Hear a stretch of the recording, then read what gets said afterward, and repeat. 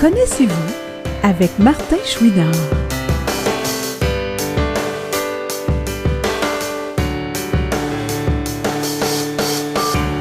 Aujourd'hui, Martin discute avec une jeune fille dynamique, pleine d'entrain et de talent, Cilia Cassel.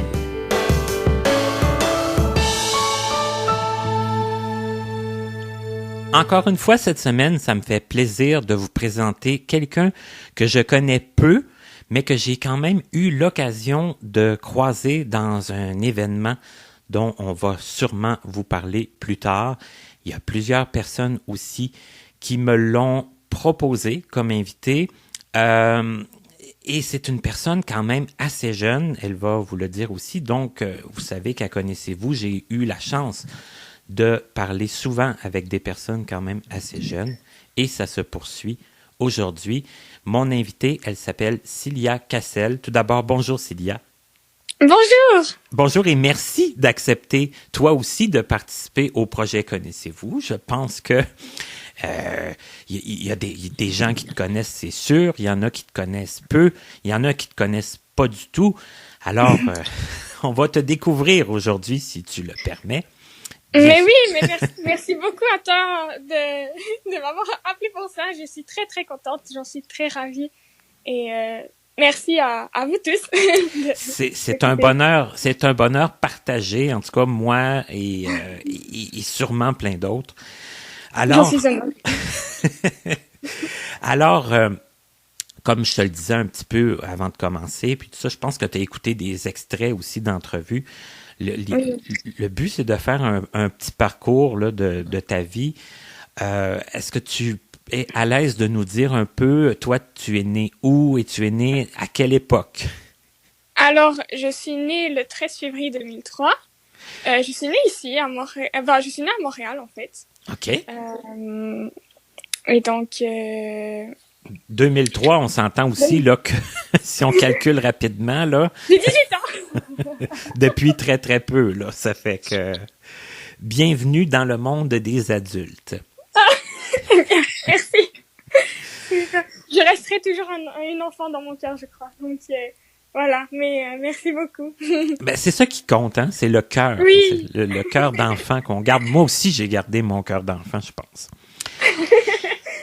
Donc, tu dis que tu es né à Montréal, mais ton nom, c'est de quel... Alors, je suis de descendance algérienne, donc mes parents sont algériens. OK. Donc, ils sont kabyles, qui est une langue berbère, qui est donc une langue ethnie, donc de peuplade d'Algérie, donc Algérie, Maroc, on va dire Tunisie aussi, et bien d'autres pays de l'Afrique du Nord. Donc, alors je suis kabyle en fait. OK. Ben, c'est intéressant. C'est riche comme culture aussi, j'imagine. Oui, oui. Donc, né à Montréal en 2003. Et toi, ton problème de vision, c'est quoi exactement? Alors, j'ai même le nom scientifique ici. Donc, j'ai une anophtalmie congénitale. En quelque sorte, donc, je suis non-voyante de naissance et en fait, je n'ai pas de globe oculaire, donc je porte des prothèses. OK. Dans les deux yeux. Donc, dans les deux yeux, exactement. Forcément, quand on a une prothèse oculaire, moi j'en ai une d'ailleurs dans l'œil gauche, c'est sûr qu'on voit rien. Hein? C'est sûr qu'on voit pas du tout ni d'un œil ni de l'autre. Hein? Et toi, Cilia, c'est quoi ton souvenir, ton premier souvenir de personne non-voyante? Comment tu t'es, dans le fond, aperçu que c'était pas comme les autres enfants ou les autres personnes? C'est une très bonne question qu'on m'a souvent posée, en fait. Au fil des personnes qui m'ont posé, ben, la réponse a un petit peu évolué aussi parce que même moi, avant, je ne me suis même pas demandé, en fait, comment je me suis rendu compte de ça. Mais en fait, je crois que je sais que quand j'étais toute petite, donc déjà je ne savais pas je ne savais pas c'était quoi la perception du fait d'être non-voyant. Donc je courais partout, je me cognais, mais tu sais, je courais quand même. Je me rappelle, je jouais avec mon père dehors, genre j'essayais de l'attraper et tout, puis tu sais comme je suivais sa voie, mais je croyais que ça c'était ordinaire. En fait, je crois que c'est quand Que même tout le monde ordinaire. était comme ça, là. Ben, je me suis pas dit comme ça à cet âge-là que tout le monde était comme ça, parce qu'on s'entend que la perception donc de la pensée du haut de mes 4 ans, par exemple, que du haut de, je sais pas, de mes 10 ou même maintenant, je me suis pas dit comme ça, je suis comme tout le monde, c'est juste, je fais ça et c'est tout. En fait, C'est je comme dois ça. faire ça, ok, c'est comme ça, c'est tout. Je me posais même pas de questions quand je me cognais. Je crois que je sais que j'avais quelque chose, quand même. Je sais que je dois faire ça parce que sinon, j'allais me cogner ou, je sais que je dois suivre une voie, par exemple, si je cours ou, voilà. Mais j'étais pas, je me posais pas plus de questions que ça. Et, je me suis rendu compte, c'est pas vraiment une surprise parce que je me rends pas compte du jour au lendemain. Mais petit à petit, voilà, je savais c'était quoi un petit peu la définition, parce qu'on me disait plutôt aveugle plutôt que non-voyante, mais bon, de toute façon, les deux termes me conviennent quand même bien, pour moi. Mais donc, j'ai su petit à petit, en fait, c'était quoi un peu la définition de tout ça. Et voilà. Mais j'avoue que surtout au primaire, par exemple, j'étais pas très. En fait, je me méfiais beaucoup parce que je sais qu'il y en avait qui, donc, on agissait différemment que moi je peux agir. Sauf que je voulais vraiment. Mais quand je dis agir comme les autres, c'est vraiment agir comme les autres. Par exemple, le regard, même, je veux dire vraiment comme les autres. En tant que voyant, si tu vois ce que je veux dire. Oui, oui, oui. Genre, je cherchais à, en fait, pour moi, c'était pas, ok, je dois m'adapter parce que je suis voyante et voilà, je dois moi-même expliquer aux autres que je fonctionne comme ça parce que j'ai pas le choix. Non, c'était vraiment, je voulais fonctionner, je voulais avoir le même regard, avoir les mêmes signes, avoir je sais pas, parfois je me sentais pas à ma place parce que j'avais l'impression qu'on me parlait sur un autre ton, alors que peut-être que ce n'était pas vrai. Tu sais, je me méfiais beaucoup, j'étais beaucoup sur mes gardes jusqu'à ma 6e année, carrément toute mon primaire en fait. Mais toi, t'es enfant unique, donc, si je comprends bien, ou... Non, j'ai une petite sœur. OK. Donc, elle s'appelle Sonia, elle a 8 ans en ce moment. OK, donc, mais vous avez quand même une différence d'âge, là. Ça fait que quand tu étais petite, oui. Elle n'était pas encore là. Non. OK. Et là, tu dis, bon, au primaire, tout ça, toi, tu es allé à l'école de ton quartier, tu n'es pas allé à l'école... En fait, donc, juste avant d'arriver là, donc en fait, j'ai déménagé de Montréal à Laval à 4-5 ans. Et... mais je suis allée à une école à Montréal. Donc, je suis allée à une école primaire à Montréal. Est-ce que j'ai le droit de la nommer ou... Oui. Oui, ok. Je suis allée à Saint-Enfant-Jésus, en fait. OK, oui. Il y en a beaucoup qui nous en ont parlé quand même de cette école-là. Okay. Ouais, sûrement, hein, parce que y en a qui ont passé par là et tout. Il y a en fait, c'est vraiment une école pour tous. C'est ça qui est vraiment bien. Il y a un secteur visuel, il y a un secteur auditif. Mais secteur visuel, quand je parle de secteur visuel, c'est vraiment par exemple, il y a une bibliothèque braille, il y a il y a un poste donc où il y a des intervenants qui donc on appelait ça des profs itinérants, mais c'est comme professeurs conseils, on va dire, quelque chose comme ça, genre des personnes qui accompagnent l'élève. Donc, ça dépend des besoins de la personne. C'est ça, Mais spécifiquement par exemple, aux besoins là, c'est ça. des personnes. Exactement. Mhm. Voilà, et ils adaptaient aussi, il y avait des techniciens braille donc à l'école, donc dans le secteur visuel, comme on appelait ça. Et ils adaptaient donc les choses et tout. Bien sûr, donc les profs, enfin, je dis les profs qui m'accompagnaient connaissaient le braille. C'est eux qui m'ont appris le braille. J'ai appris le braille quand même très tôt. Et donc voilà, donc c'est ça qui est vraiment bien dans cette école-là.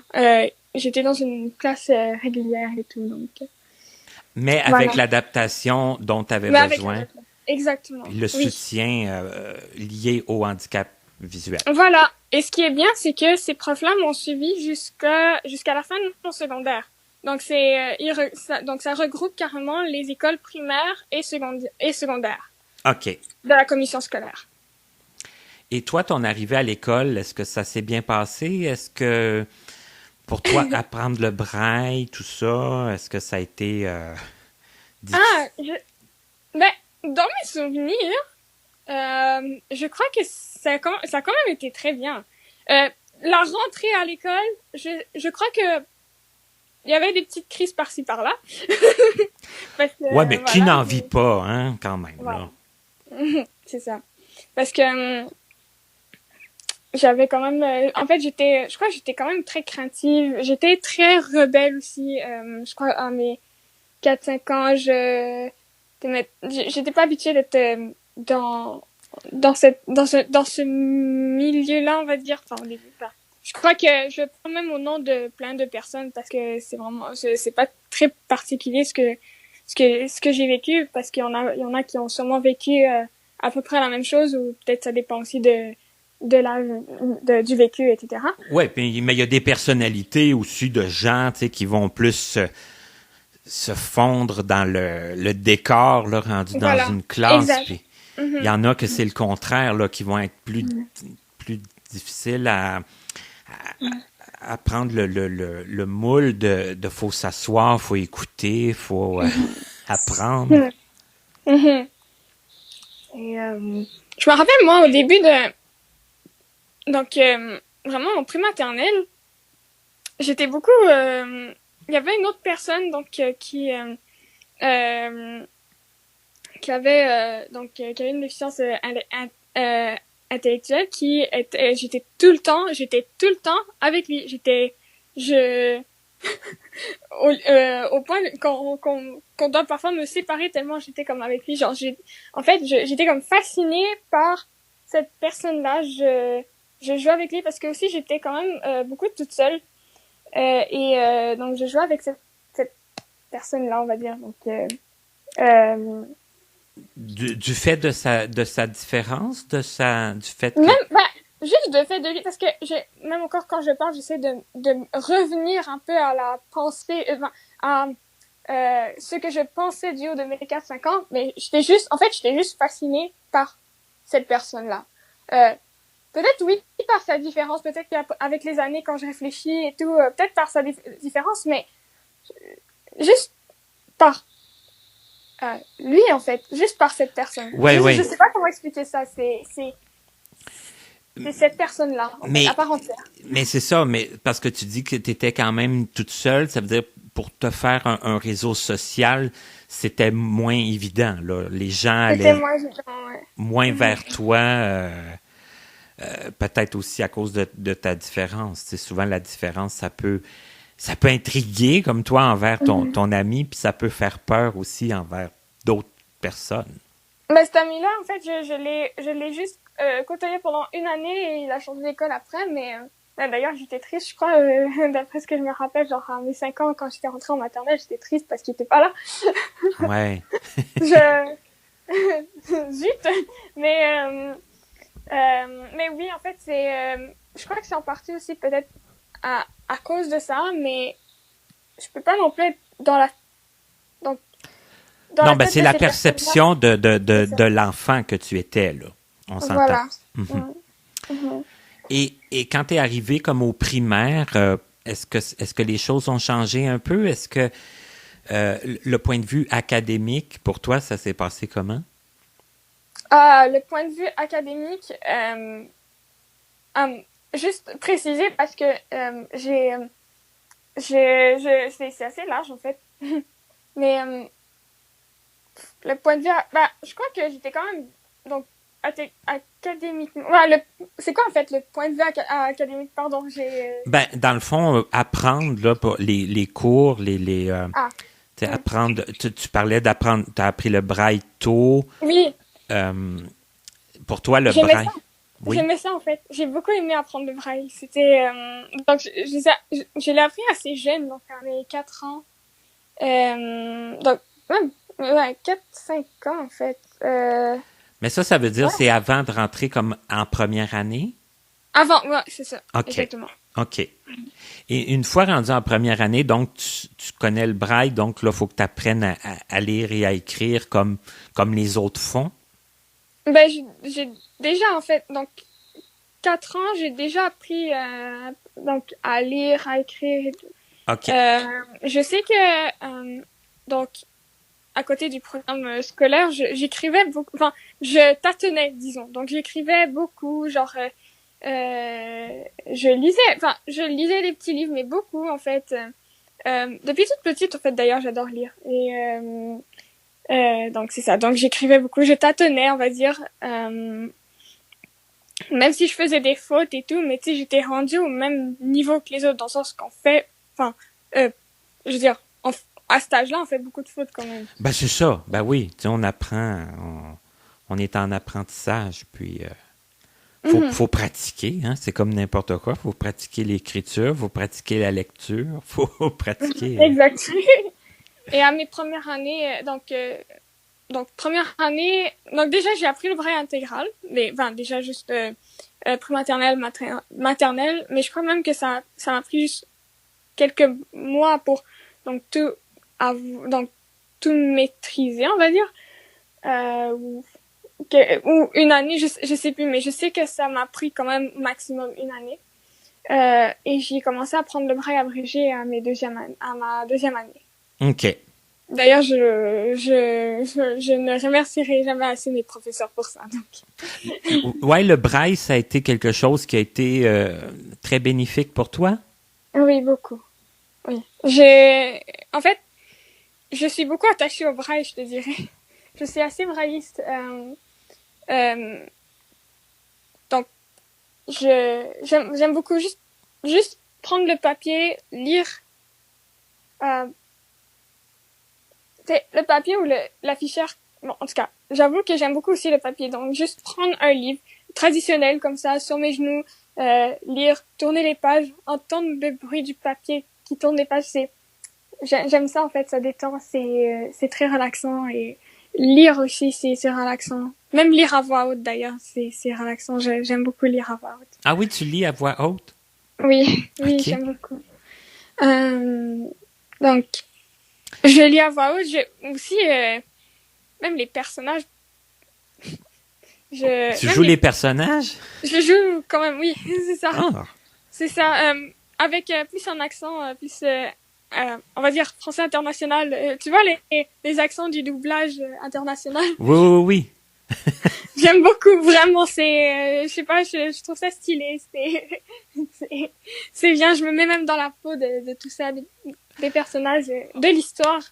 Je les suis. Je sais qu'il y a un mot qui veut dire ressentir de l'empathie envers les personnages. Je les suis en fait. Je m'attache à eux. Je m'attache aux mots, à l'écriture.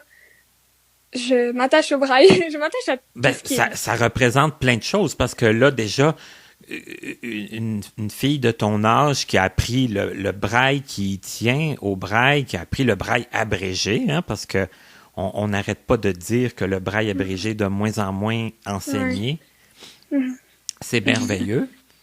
Et qui aime la lecture, puis qui a une empathie pour les personnages, puis qui joue les personnages. Je te parle pas des pièces de théâtre. Je lis parfois, mettons bon, j'avoue, je suis plus roman, donc, qui sort un peu du naturel, donc fantasy, fantastique, etc., etc. Un peu de ce style-là où c'est merveilleux, les légendes, les contes. Mais tu sais, mettons quand je prends des pièces de théâtre classiques, parce que j'aime beaucoup les théâtres classiques, je joue tel personnage, un autre personnage. Oh, parfois dans les romans, je fais même des gestes, j'essaie de me créer un décor. Parfois, à un moment donné, j'avais pris Amos d'Aragon, puis je jouais, par exemple, un des personnages, un autre personnage. C'est comme si j'explorais tout, en fait, toutes les personnalités. Les personnages, c'est ça. C'est ça. Prendre même des personnalités différentes, méchants, gentils, gris, blancs, je sais pas, mais juste explorer tout, en fait. Tous les styles de personnages puis de façon de jouer. C'est ça. C'est comme si pour moi,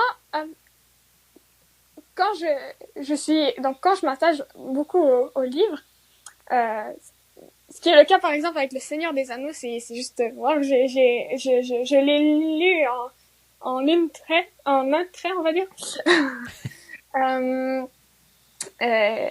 Je me suis tellement, en fait, les personnages pour moi, c'est comme si c'était plus que des personnages, c'était mes amis, c'était mes compagnons, je les avais avec moi, en fait. C'est ça, tu vivais à travers eux puis avec eux. Exact. Avec eux, à travers eux, exactement.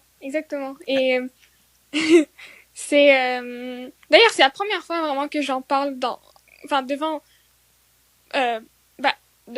des gens comme ça, parce que j'ai un petit peu gardé ça sous silence, mais je suis très contente d'en parler et de juste ressortir ça. Mais et je suis sûre que t'es pas la seule. C'est sûr qu'il y en a d'autres qui font ça. Bien sûr. Hein?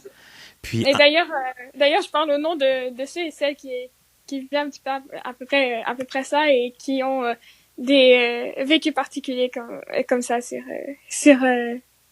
que non seulement les livres mais les autres aspects, on va dire, de la vie, des choses. Et si on revient à l'école, quand t'es arrivé au secondaire. Oui. Quand t'es arrivé au secondaire, comment ça s'est passé pour toi? Est-ce que t'étais toujours à la même école ou? Non, pas à la même école. Donc, une autre école, j'étais à Jeanne-Mance. OK, oui. Donc, imagine juste une page qui se tourne. En fait, j'étais pas la même personne. Là, dès le premier jour où je suis rentrée au secondaire, je sais pas comment dire, j'étais une Cilia plus... je veux dire, au primaire, je tâtonnais beaucoup. Au secondaire, j'étais très sérieuse, on va dire. Dans le sens que, au primaire, j'avais comme des punitions. Au secondaire, on ne me remarquait même pas, genre, c'était, au secondaire, j'essayais de suivre tout à la lettre, en fait. OK. À l'école. Quand j'étais entre les murs de l'école. OK. C'était vraiment, j'étais une autre, moi, on va dire. J'étais une, voilà. Tu voulais pas déplaire, là. Tu voulais être vraiment comme une élève, là, plus modèle, là. Plus. On va dire ça, mais je ne me considérais pas comme telle. Je ne me considérais pas comme une élève. Ben, je ne me considère pas comme une élève modèle. Mais je voulais juste, si ça ne pas en fait, ne pas m'afficher avec des, ne pas avoir, en fait, genre avoir l'attention, oui c'est cool, mais pas comme pas négativement, là, pas parce que tu ça, troublais la classe. Quelque chose comme ça, c'est ça. Pour te donner une idée, j'étais dans mon coin et voilà tout, en fait. À part en équipe, je suis très, je crois que je suis dynamique en équipe. Ça dépend de comment, parce que parfois, c'est vrai que parfois je suis bloquée dans le sens que, je suis, parfois il faut, c'est comme, oui, que ce soit rapide, là, puis voilà. tout le temps avoir des idées, puis... Voilà, exactement. Surtout, je te dirais même surtout en anglais, parce qu'en anglais, quand je suis en équipe en anglais, malheureusement, vu que j'ai pas assez de...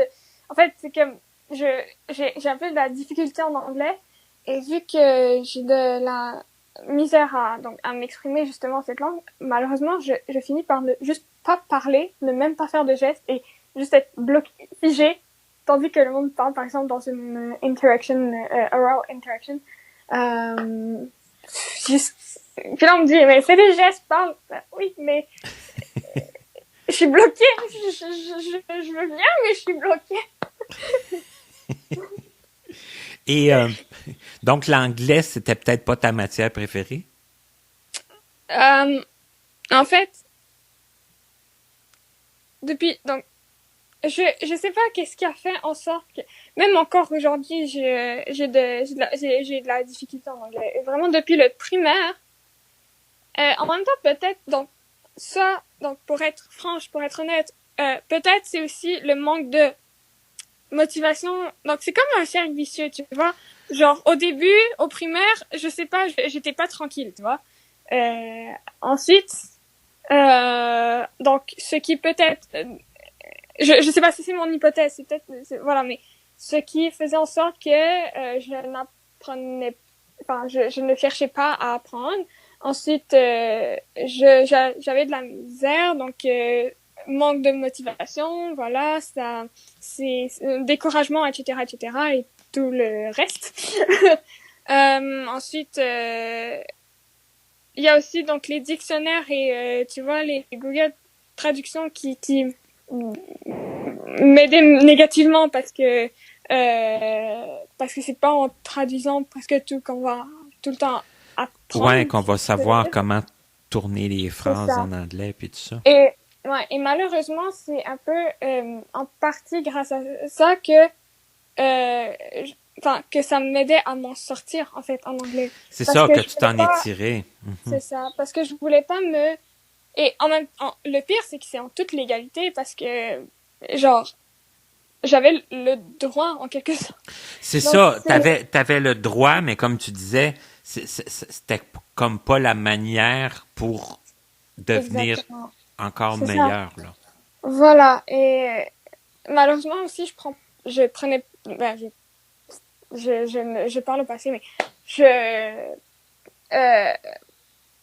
prends et prenais pas le temps de juste revenir aux bases et apprendre tout, en fait. C'est ça qui est comme... OK, donc, comme il te manquait peut-être des notions de base là qu'il aurait fallu peut-être réviser ou reprendre, puis... C'est ça.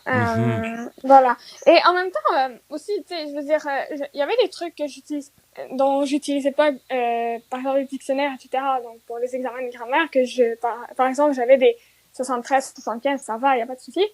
Mais sinon, donc, ça m'aidait à m'en tirer juste avec ça, en fait. Avec une note quand même qui était, qui passait, là. Qui était... Voilà. Et là, tu nous as parlé beaucoup de lecture. Est-ce qu'en français, t'étais bonne quand même au moment en français, j'aime beaucoup le français. Je crois être forte en français. Donc, mais vraiment, j'ai pas du tout de misère en français, honnêtement. J'ai beaucoup de facilité en français. Que ce soit, donc, la grammaire, donc, l'orthographe, etc. J'aime beaucoup les examens d'écriture. C'est ça, c'est pas ça qui t'inquiétait, là. Non, vraiment pas. C'est ça, en fait, c'était en cela que j'avais le plus de foi, en fait. C'était, d'ailleurs, j'avais du plaisir même à en faire. J'avais du plaisir et, par exemple, mettons, au cégep, mettons, quand on faisait des analyses littéraires,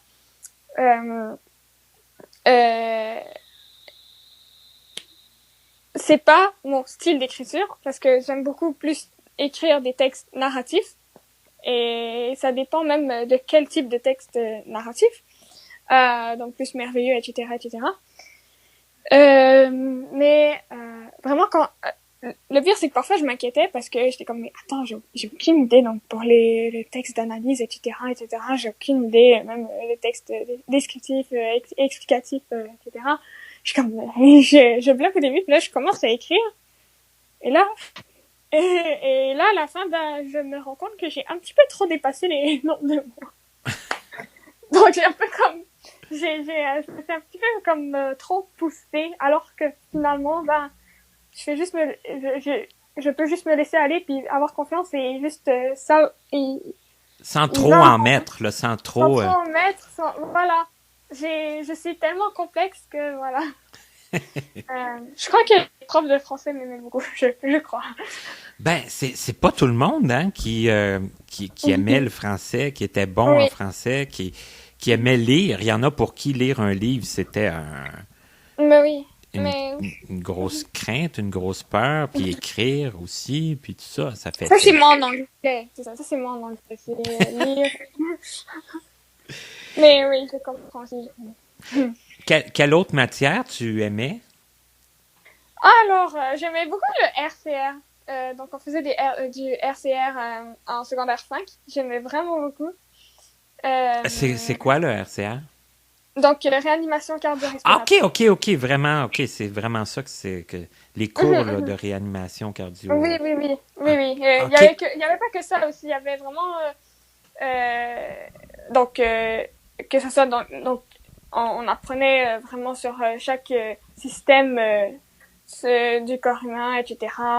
On apprenait comment, donc par exemple, étant pour de l'asthme, comment faire, etc. C'est vraiment génial. Malheureusement, avec la pandémie, j'avais l'impression de m'être perdue un peu là. Je compte beaucoup recommencer ça, en fait. Juste relire tous mes documents, recommencer un peu tout ça, juste pour garder ça, parce qu'en fait, vraiment, je prenais vraiment ça au sérieux et j'apprenais vraiment ça pour parce que quand la pandémie a commencé, tu en étais où? Tu étais rendu au cégep? T'étais rendu... Non, j'étais en secondaire 5. OK, d'accord. Donc... As-tu réussi à finir ton secondaire 5? Oui. OK, d'accord. Mais sans examen d'anglais. C'est ça qui comme... en même temps, je suis contente, mais en même temps, ça me laisse un goût amer. Parce que j'ai pas pu faire... donc, le verdict, on va dire, en anglais, c'est-à-dire l'examen de ministère en anglais, français. Donc, ça m'a quand même laissé un peu d'amertume. Et en général aussi, avec le BAL, mais sinon... de pas avoir pu comme compléter là dans les règles avec tous les examens là puis tout ça. Exactement, c'est ça. Puis je comprends, hein, ça doit être c'est sûr que c'est des examens qui sont stressants, mais en même temps, genre, je sais pas, on a été comme on apprenait justement pour passer ces examens. Ces examens-là. Voilà. Donc il y a ça, puis en plus, je crois aussi que c'est essentiel en quelque sorte, parce que c'est dans le programme. Même si, j'avoue, ça m'a pas du tout empêché de continuer au cégep, etc., mais c'est genre, voilà. C'est sûr que cette pandémie-là, elle a bouleversé bien des choses, là. Il y a des gens qui ont terminé le secondaire de façon abrupte un peu. Il y en a qui ont terminé... ça a eu toutes sortes d'impacts sur plein de choses qui étaient assez imprévisibles parce que cette pandémie-là, je pense que personne s'attendait vraiment à ce que ça nous arrive. Et là, tu as commencé quand même du cégep, c'est ça que tu me disais? Donc j'ai commencé, donc là je suis rendue à ma deuxième session au cégep en chant classique, au cégep de Saint-Laurent. Oui. Parce que la musique, ça, c'est quelque chose d'important, là. Oui, on y arrive. on y arrive, mais comment ça a commencé ton goût de la musique? Mon goût de la musique en général? Oui. Donc, Euh, ben, en fait, c'était c'était un petit peu ordinaire ce commencement-là parce que, je veux dire, je ne suis pas née dans une famille de musiciens, etc. Donc, j'ai pas baigné, on va dire, dans la musique. Donc, c'est vraiment comme, voilà, j'écoutais de la musique comme ça et je sais pas, j'ai juste commencé à... Je me rappelle que à mes 4-5 ans, j'écoutais beaucoup de musique classique. Donc, Ok. je crois que c'était là un petit peu le fondement de cette, de ce style musical dont je veux vivre. Pour ce style pour qui je veux vivre. Pour lequel je vais vivre. Oui. OK. Mais quand même, c'est pas tous les enfants de 4 ans qui écoutent de la musique classique. Ah non, je ne crois pas, non. Mais... Et je me rappelle que au début, j'étais juste... Je voulais écouter de l'instrumental. Donc j'écoutais ça. Je me rappelle, j'avais une radio, mais tu vois les anciennes radios avec antenne, les petites radios avec deux boutons pour changer et tout. C'est une genre de roulette pour monter, baisser le son, etc. C'est vraiment une toute petite radio. Et à chaque fois, ben, genre, je cherchais comme tout le temps la chaîne. Genre, donc, par exemple, radio classique, j'écoutais beaucoup ça. Donc, Sylvia Cassel. Et mettons quoi. Et je cherchais beaucoup les instruments, donc les musiques instrumentales, donc symphonie, etc., parce que je sais pas, à chaque fois que j'écoutais une mélodie, donc une vocale, je sais pas à l'époque. Et le pire, je dis ça, mais je chante moi-même, donc à l'époque, je sais pas pourquoi, j'aimais pas ça. Donc OK. je changeais, donc enfin, je sais pas, j'ai changé de... Et ça, c'était à mes 4-5 ans, hein, même 4, 5, 6 ans. Et ensuite, ensuite, je sais pas, j'écoutais beaucoup de pop. J'étais un petit peu dans ma période pop. OK. Donc, pop, danser, je chantais sur, à un moment donné, mon Dieu, je chantais sur du Mika. OK. Genre 7-8 ans, je chantais sur ça. Oh non, c'était, waouh. À un moment de, puis à 9 ans, je sais pas comment ça s'est passé, mais genre, bon, mes parents me disent, oh, il y a un organisme, je sais pas, je crois que c'était un organisme, en tout cas, le cabaret des arts, c'est une place où en fait, je crois que, mais c'est vraiment, c'est pour les, donc, gens, une déficience visuelle. OK. Qui se regroupent là et qui expérimentent le chant, le théâtre, la danse. Je me rappelle, on faisait de la gymnastique rythmique. Et donc on explorait un peu tous les arts. Et et quand j'ai chanté là et enfin j'ai fait mon premier spectacle en fait. C'était comme une séance de 12 semaines. À la fin, ben on a fait un genre de show avec qui regroupe genre toutes les chansons et tout. Et c'était là que je me suis que je me suis montrée en public en fait. Sur scène et tout, là.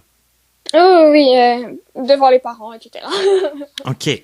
Et ça t'a plu comme sensation? Ah oui, beaucoup. Oui, beaucoup. Même, je me rappelle, genre, je voyais les personnes, il y avait des personnes qui stressaient. Moi, j'étais comme, tout va bien. OK. Pourquoi il faut être stressé? C'est comme, genre, à cette époque-là, j'étais comme, pourquoi il faut être stressé? Et, bon, maintenant, j'ai beaucoup enfin, j'ai un bon track à chaque fois que je m'en vais sur scène. Mais,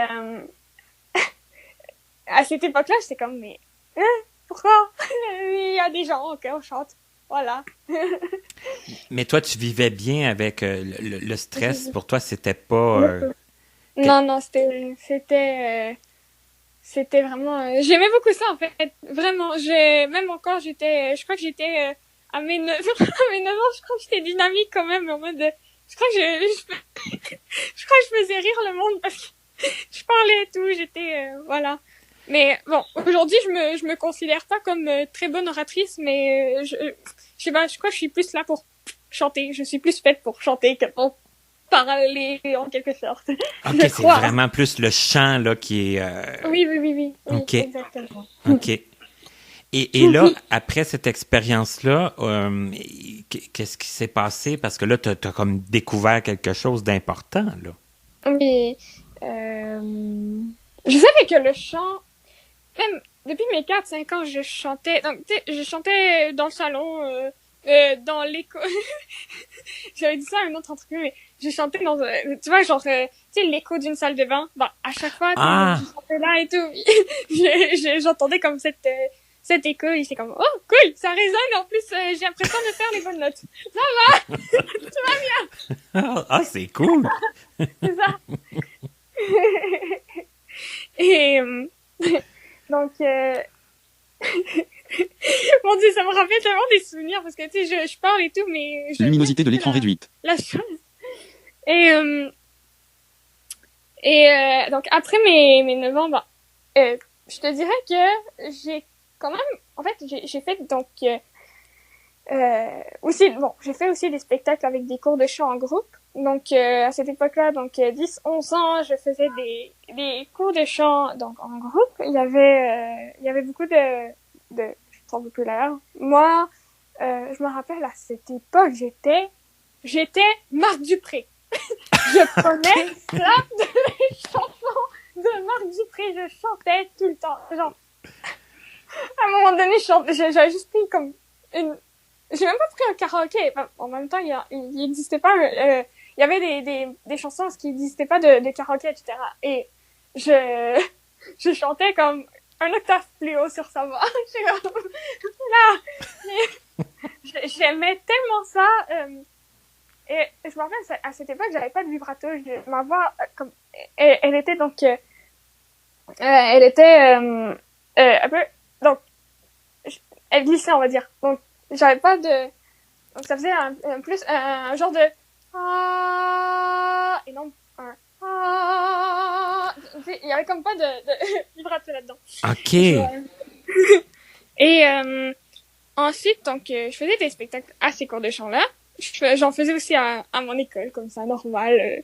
Je sais que c'était quand même très accessible pour moi. C'est juste, mettons, je faisais juste, même à l'école secondaire, genre, je demandais, tu sais comme, je ne demandais pas comme ça à aller sur scène, mais tu sais comme, genre, je sais que on me proposerait à chaque événement, tu sais comme, à presque tous les événements de chanter pour cet événement-là, ou je sais pas quoi, même à l'école primaire aussi et tout.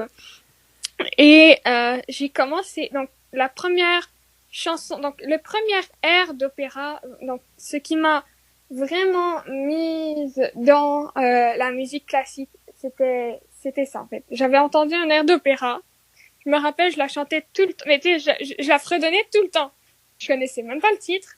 Je faisais juste vraiment la la la la la la. Je la fredonnais vraiment et là, à un moment donné, je sais pas comment je fais pour trouver... Enfin, je crois... Non, il y avait même une autre personne qui a trouvé le titre ou je sais pas quoi. Et on m'a donné les paroles, donc en italien et tout. On m'a...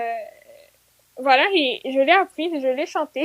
Ah! D'ailleurs, je me suis... Enfin, je sais pas, à cette époque, je me surprenais moi-même de la facilité dont j'ai juste pris l'italien en moi et je l'ai chanté, et je sais pas, enfin, je l'ai chanté, on va dire, de la compétence du haut de mes 10-11 ans. Oui, mais quand même, là, l'italien, c'était pas un obstacle pour toi, là. Bah, au début, oui. J'étais comme, attends, mais comment je vais faire ça? En plus, je sais pas, mais, genre, je crois que mon oreille était même pas assez développée parce que, je veux pas, quand, donc, les chanteuses d'opéra, malheureusement, ben, on comprend pas tous les mots Donc, donc il fallait vraiment avoir, même en français, donc il faut vraiment avoir les paroles devant soi pour voir, et maintenant le solfège, etc. Mais, donc les paroles, donc lire les paroles, interpréter les paroles, donc faire rentrer les paroles en nous et juste les interpréter et Ouais. voilà. Donc j'avais interprété ça, donc je sais pas, je crois que ça a plu au monde, je sais pas. Enfin, j'avais du plaisir à le faire et je crois que ça a plu au monde. Enfin, en tout cas. Ben, ça devait se ressentir, certaines. Oui. Ben, il y en avait qui pleuraient. Bon, je baisse la tête en disant ça, mais je suis assez modeste, mais il y en avait qui pleuraient et tout, parce que, mais quoi? Est-ce que je suis faite pour ça et tout? Bref. Mais le pire, c'est tant mieux, parce que j'aimais ça. Donc, c'est ça, tu transmettais l'émotion, dans le fond, de la chanson. Ben, juste l'interprétation en elle-même, la chanson, l'air en lui-même, de l'opéra Gianni Schicchi et donc l'interprétation de cet air-là, donc j'essayais de mettre l'histoire, en fait. Oui, c'est ça. L'histoire de cet opéra. Mais ça devait venir du fait que tu interprétais les personnages des romans, puis tout ça. Ça t'a aidé sûrement dans l'opéra aussi. Je sais pas, mais je te dirais que c'est plus tard que j'interprétais plus les personnages des romans. C'était vraiment 14, 15... OK. 17. Tu sais, c'était... en fait, je lisais... Avant aussi, je lisais à voix haute, mais là, je le fais parce que c'est immersif. C'est juste immersif. Surtout avec de la musique derrière, tu vois, genre de la musique classique derrière, parce que à la longueur de journée, j'écoute beaucoup de musique classique. Sans m'endormir, non, vous inquiétez pas. Non, mais vraiment, c'est vraiment la musique qui me convient le plus. Et tu sais, genre, il y en a, donc Tchaïkovski, tu t'endors pas avec lui. C'est les ballets et tout, ça bouge, quoi. Ben oui, c'est ça, ben oui. Il y a des tubes aussi, il y a vraiment des tubes là-dedans aussi, qui sont tirés de la musique classique, qu'on met dans les publicités, qu'on met dans des chansons, qu'on met dans des chansons rap, etc., etc. Et on s'en rend même pas compte parfois. Donc c'est ça, c'est tellement rendu. Il y a des airs qui sont tellement rendus ancrés en nous là, puis. Voilà. Mm-hmm. Ben, ça devient de la musique commerciale, tu vois. Genre qui est faite pour donc qu'on met et tout, et donc dans les musiques plus commerciales d'aujourd'hui. Et toutes ces prestations-là que tu as eu l'occasion de faire et tout, ça t'a donné envie de poursuivre là-dedans. Oui.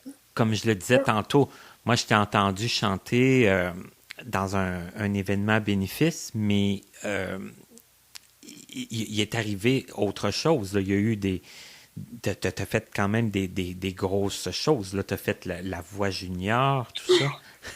Oui. Oui. Comment ça s'est passé? Comment ça s'est présenté, ça? Ah! La question, la fameuse question.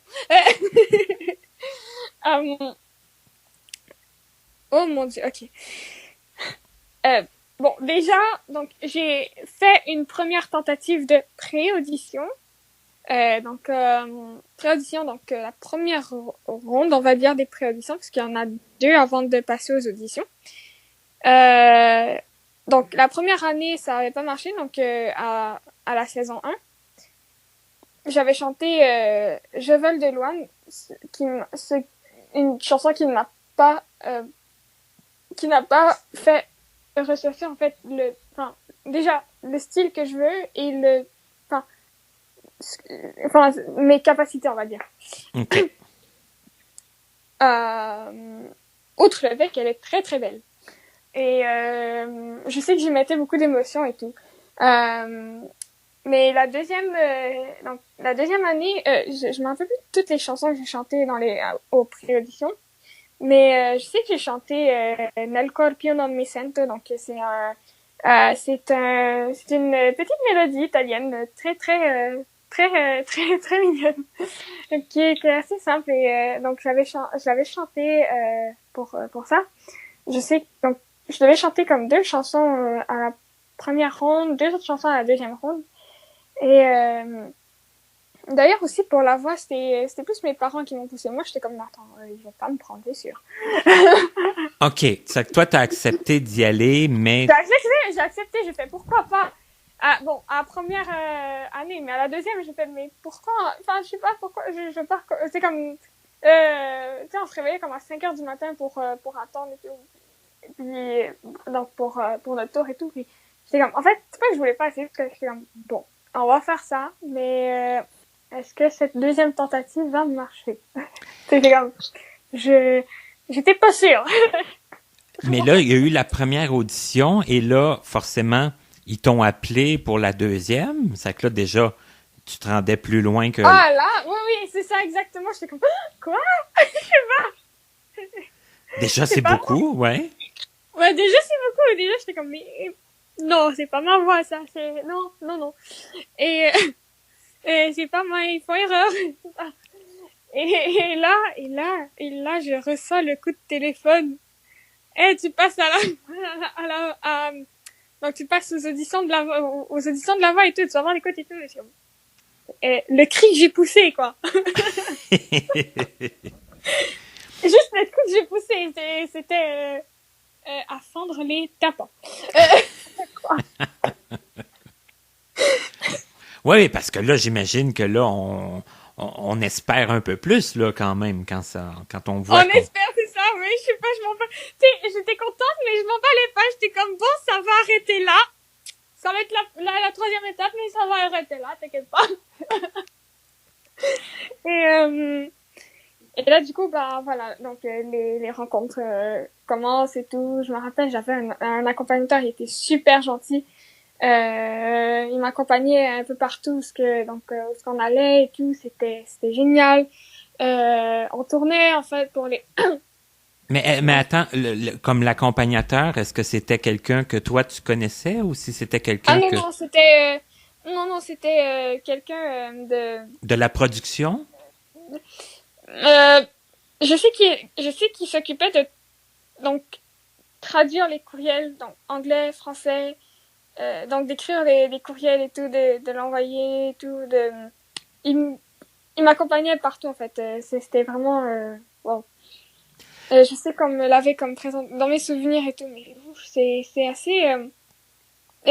assez flou, mais je sais que on me l'a, enfin, j'étais tout le temps avec lui en fait. OK. Donc on allait donc pour le tournage en fait le tournage donc sur le tapis rouge, on faisait donc on tournait pour donc c'était vraiment les 80 participants qui par exemple on criait voici la voix junior, c'est comme on était wouhou, il fallait vraiment comme Très emballé, là, très... Voilà, c'est ça. Ben, on l'était, mais comme il fallait parfois répéter un peu la scène parce que voilà, c'était un tournage et tout, donc on sait ça et tout, mais on avait vraiment beaucoup de fun. Je me rappelle, on avait reçu une tablette chacun. C'était wow. Ah oui, OK. Oui. Et Et comment t'as trouvé ça, l'expérience de la télé, l'expérience... Oh mon Dieu. J'étais juste... Là, j'étais stressée, je peux te dire. J'étais stressée. J'étais comme... Je vais vraiment aller sur le tapis rouge. Je vais vraiment traverser le couloir, aller sur la scène. J'ai touché les fauteuils, j'étais impressionnée. J'avais comme l'impression que j'étais de... Et je reprends les mots que j'ai dit à cette époque-là, mais j'avais l'impression que c'était des dieux, ces coachs-là. Parce que les chaises, je sais pas, j'étais impressionnée par, genre, juste la chaise électrique. Mon Dieu. Ouais, la chaise qui tourne, là. La chaise électrique, oui. C'est genre, on chante et tout, puis il y a les 3 chaises électriques qui... Non, ok. Ça que là, les chaises, ça t'avait beaucoup impressionné, là, de pouvoir les toucher, puis de pouvoir être dans le décor, là, de... Oui, j'étais... il n'y a pas les coachs ce jour-là, à ce que j'ai touché, mais à un moment donné, je crois que je me suis assise dessus, sur l'une d'elles, puis je suis comme, je me sens toute petite. Oh là là. Ah, tu les imaginais plus grosses que ça? Ah non, même pas. Non, c'est moi qui me sentais petite. OK, toi, comme- OK. Voilà. Je suis sur une des chaises des coachs. Quoi? C'est comme, oula. Et, ah non, c'était, waouh, Et les coachs, tu les as rencontrés les aussi? coachs. Oui, en fait, je les ai rencontrés le jour même, bien sûr. Donc, je me rappelle, les trois avaient tourné. La première, c'était Marie-Mé, ensuite, je crois que c'était Marc, ensuite, c'était Alex. Oui. Et, Alex Nevsky, et, wow, non, je sais que, bon, au début, je chantais, donc, j'étais quand même concentrée, mais après ça, juste, je savais même pas qu'ils allaient tourner. Juste entendre juste le bruit des chaises qui se tournent, OK, parce que ça, quand on chante, on l'entend, là? On l'entend, vous l'entendez? Oui, on l'entend. C'est pas juste, Un bruit qu'ils ont rajouté, là, sur le... Non, c'est vraiment... OK, OK. On l'entend, là. Donc, oui, c'est ça, j'imagine encore, là. Ouais, la sensation, hein, parce qu'à quelque part, j'imagine qu'on doit souhaiter qu'il se tourne. Oui, j'essaie comme de me remémorer à l'instant, en fait. Juste la vibration que ça fait. C'est, waouh! C'est là que j'ai commencé à pleurer, à chanter un peu n'importe comment, parce que pour te donner une idée, j'avais les bras dans les airs, je sautais, et en même temps, je chantais, fait que ça faisait genre, aimer. Ça l'a fait, ouais, des... C'est ça, non, c'était comme vraiment, non. J'ai pas trop aimé, comment j'ai fait, mais j'étais comme, bon, ok, ça, bon, j'ai passé, d'accord, pas de soucis, je saute, je peux sauter, je peux me décontracter, je peux pleurer, je peux brailler, je peux, voilà. C'est fini, c'est fait. Wouhou! Bon, Incroyable, quand même. Mais je voulais quand même, c'est comme, quand je me réécoute, parce que j'aime pas me réécouter chanter, non. Et je crois que je suis pas la seule non plus, mais. Non, c'est ça. Mais à chaque fois que je me réécoute, je suis comme, mais, je crois que j'étais celle qui a été la plus expressive à pleurer, genre. Ah oui, c'est à ce point-là, Oui. oui. Mon Dieu, juste, non, quand je me regarde maintenant, je rougis parce que je suis comme, j'ai vraiment fait ça. J'ai l'impression d'avoir l'air d'une gamine, tu vois, genre juste... En tout cas, mais c'est... Ben oui, mais c'était la voix junior quand même, t'étais jeune, là. Oui, bien sûr, mais en tout cas, juste quand je me regarde, j'étais juste... Oh là. Et là, une fois le premier choc passé, il y a toutes les autres étapes. Ça se faisait en combien de temps, toute cette... C'était, donc, on s'est arrangé, en fait, ils sont arrangés pour que ça se passe pendant les vacances d'été. Okay. Et nous, on devait garder ça, donc, secret, etc. Mais bon, je le disais aux amis proches, etc. Et parce que, on s'entend que c'est assez compliqué de garder secret quand t'es excité et tout, et quand t'es sur le moment et tout, et voilà. Ben oui, puis là, tu sais, il annonce l'émission, puis là, toi, tu le sais déjà, parce que t'étais c'est ça, là. C'est préenregistré jusqu'à la finale. Donc, la finale, on l'a faite comme plus en... Oui, c'est ça. Ouais, la finale, c'est ça. Jusqu'à la finale. En fait, le dernier... donc, au champ de bataille, on l'avait fait... le champ de bataille, on l'avait tourné... on l'avait tourné vraiment en fin août, donc... non, même pas. Septembre. Vraiment, le 1er septembre, je crois. OK. Donc, en fait, j'avais comme manqué la première journée d'école. OK, ben c'était quand même pour une bonne cause. Oui, c'est ça. Et je manquais quand même aussi beaucoup, enfin, je manquais des journées aussi d'école parce que pour la finale, etc., pour des rencontres et tout, donc voilà, donc presque à chaque mois, il y avait comme au moins 2 rencontres. OK, c'est que ça Je pense. demandait quand même beaucoup Ah oui, d'implication, là. ah oui, quand même. OK, OK. Par exemple, mettons aussi pour les chansons, à un moment donné, donc pour les auditions, il fallait choisir entre 8 chansons, non, même pas. Il fallait comme envoyer une liste de 8 chansons et quelque chose comme ou de 10, je sais plus. Et il choisissait en fait la chanson que je devrais chanter et tout. Dans les choix que tu avais donnés. C'est ça. OK. Et pour le duel, donc le duel, c'était donc les coachs qui présentaient les chansons. Et d'ailleurs, je suis contente qu'on m'ait pas donné une chanson en anglais. Parce qu'il y avait parce que je suis assez, voilà, je suis vraiment. Mais en même temps, de toute façon, cette session-ci, je vais en chanter. Donc, mais ce qui me met un peu à l'aise là-dedans, c'est que, en fait, ce qui me motive beaucoup là-dedans, c'est que c'est le style que j'aime, donc le classique. Donc, c'est une chanson, c'est un air que je vais chanter pour donc l'examen de la fin de session des pièces. Donc en anglais et un autre en allemand. Ça va être la première fois que je chante une pièce comme ça en anglais et en allemand aussi. Donc voilà. Mais oui, donc j'avais donc les duels, c'était je me suis juste amusée à le chanter avec les personnes qui m'ont accompagnée parce que juste wow, en plus on était très proches, on restait quand même beaucoup ensemble. J'étais merveilleusement bien à cette dans cette période-là. Et j'étais vraiment triste qu'ils partent après en fait parce que genre quand j'avais passé les duels, donc il y avait les champs de bataille et oh, il me manquait ces deux-là. Il me manquait beaucoup et j'étais genre je sais pas, il y avait un vide en fait. C'est comme puis avant on allait dans la loge des artistes, puis ils étaient là et tout, puis on parlait et tout. Puis là on était 15. Après on était 15 en tout, donc Ouais, c'est ça. Quand ça, c'est cool quand même, mais il me manquait beaucoup ces personnes-là. c'est ça, ça fait vraiment un vide, là. Oui, oui. Et est-ce que tu as eu l'occasion de...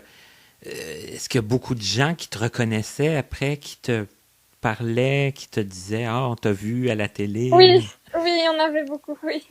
Dans la rue et tout, il y en avait beaucoup. Aujourd'hui, maintenant, c'est vraiment plus trop le cas, mais à cette période-là, cette apogée, on va dire, de ça, il y en avait beaucoup qui me voyaient et tout, qui me reconnaissaient. Et tu vivais bien avec ça? C'était... Oui, oui, je vivais, en fait, pour te dire, bah, déjà, oui, je vivais bien avec ça. Pour te dire, j'étais contente, en fait, parce que c'est ça que je vais faire, en fait. Je veux faire une carrière classique. Enfin, je vais être reconnue comme, être reconnue comme chanteuse classique. Mais en même temps, oui, toucher aussi d'autres publics, donc avec des chansons aussi qui me conviennent, mais qui, un peu de ce milieu que le monde plus écoute, mais adapté en fait, un peu au style que je veux et chanter avec ma propre de ma propre façon en fait. C'est ça. T'approprier la chanson, puis avoir un style un peu plus... un public un peu plus large, mais qui te convient quand même. Là, un style Exactement. qui te convient. Mm-hmm. Et est-ce que tu as eu d'autres projets de musique après la voix? Oui. Après, donc, le show, donc j'ai fait la finale, etc. Donc, j'ai fait, donc, le show, la tournée, donc, au Centre Bell et au Centre Vidéotron. Donc, il y avait comme deux spectacles au Centre Bell et un au Centre Vidéotron. Et, donc, avec tout le monde de la voix. Donc il y avait les 80 participants et tout, c'était vraiment bien. Ah, OK. Oui, c'était vraiment nice. Et donc ensuite j'ai eu des projets. Donc par exemple, en fait, comme j'ai même pas fait une liste, même moi je me rappelle pas de tout parce que c'est assez grand. Mais par exemple j'ai été invitée à un concert de Gilbert Montagnet donc pour chanter Aimer donc à son spectacle. Donc Gilbert Montagnet qui est un chanteur assez connu en France.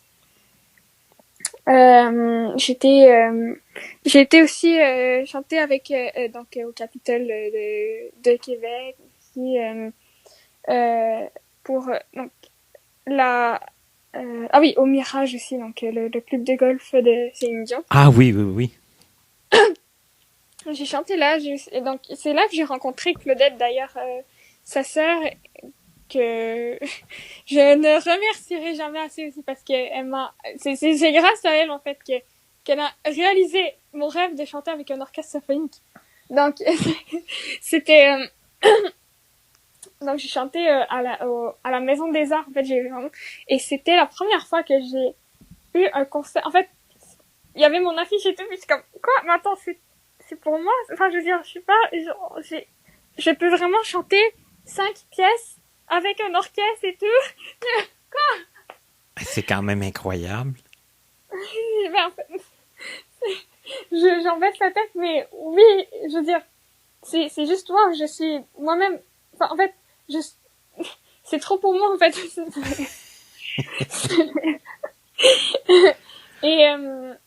Et j'ai reçu donc, il y a même Céline qui m'a envoyé une vidéo et tout, genre en mode amuse-toi ce soir et tout. Elle est sur Facebook, elle est sur YouTube et tout. Donc, sur ma page Facebook, Célia Cassel, artiste, si je puis me permettre. Et aussi sur ma chaîne YouTube. Donc, en fait, depuis 2018 que j'ai créé ma page Facebook et ma chaîne YouTube un petit peu plus tard, mais vraiment depuis la fin, donc depuis la voix que j'ai créé donc cette page-là pour mettre un peu tout ce que je fais jusqu'à maintenant. C'est ça, t'es devenue une personnalité publique, là. Peut-être. En tout cas, quelqu'un dont le nom nous dit de plus en plus quelque chose, là. Ça, y a pas de doute, là. Peut-être. Ben, en tout cas, on sent toute la bonne humeur dans ta voix, on sent l'émotion dans ta voix aussi, c'est extraordinaire, je pense, qu'est-ce que tu nous as fait vivre aujourd'hui. Je suis contente de le partager, merci beaucoup de me permettre de m'exprimer sur un peu de tout, en fait. Est-ce qu'il y a d'autres choses que tu voudrais ajouter avant qu'on termine, ou on a fait le tour pas mal, ou mais je crois que j'ai beaucoup de choses que je n'ai pas parlé, mais sinon, je sais, en fait, tout est sur ma page donc Facebook, si vous voulez en voir davantage. on peut aller consulter sur les réseaux sociaux. Bien sûr. Mm-hmm. Oui, Célia Cassel, artiste et tout, donc j'ai tout ça. C'est extraordinaire. On a commencé, on a fait un gros tour d'horizon sur une personne aussi jeune, mais on a dit des choses vraiment très importantes, en tout cas pour moi, pour mon projet, puis en ce qui me concerne, l'importance du braille, hein, on en a parlé dès le début. Et je dirais de faire des choses qu'on aime aussi, hein, des choses qu'on sent, qu'on ressent. Je pense que ça aussi, c'est important. On le répétera jamais assez. Alors, un gros merci, Célia, parce que ça a été très agréable. Ça a été, je pense que les gens vont être d'accord avec moi, très intéressant. J'en suis vraiment très honorée et merci à toi et vraiment beaucoup de succès pour Connaissez-vous et tout. Donc, Je souhaite beaucoup de succès. Un gros pour merci. ça. Merci beaucoup. Merci.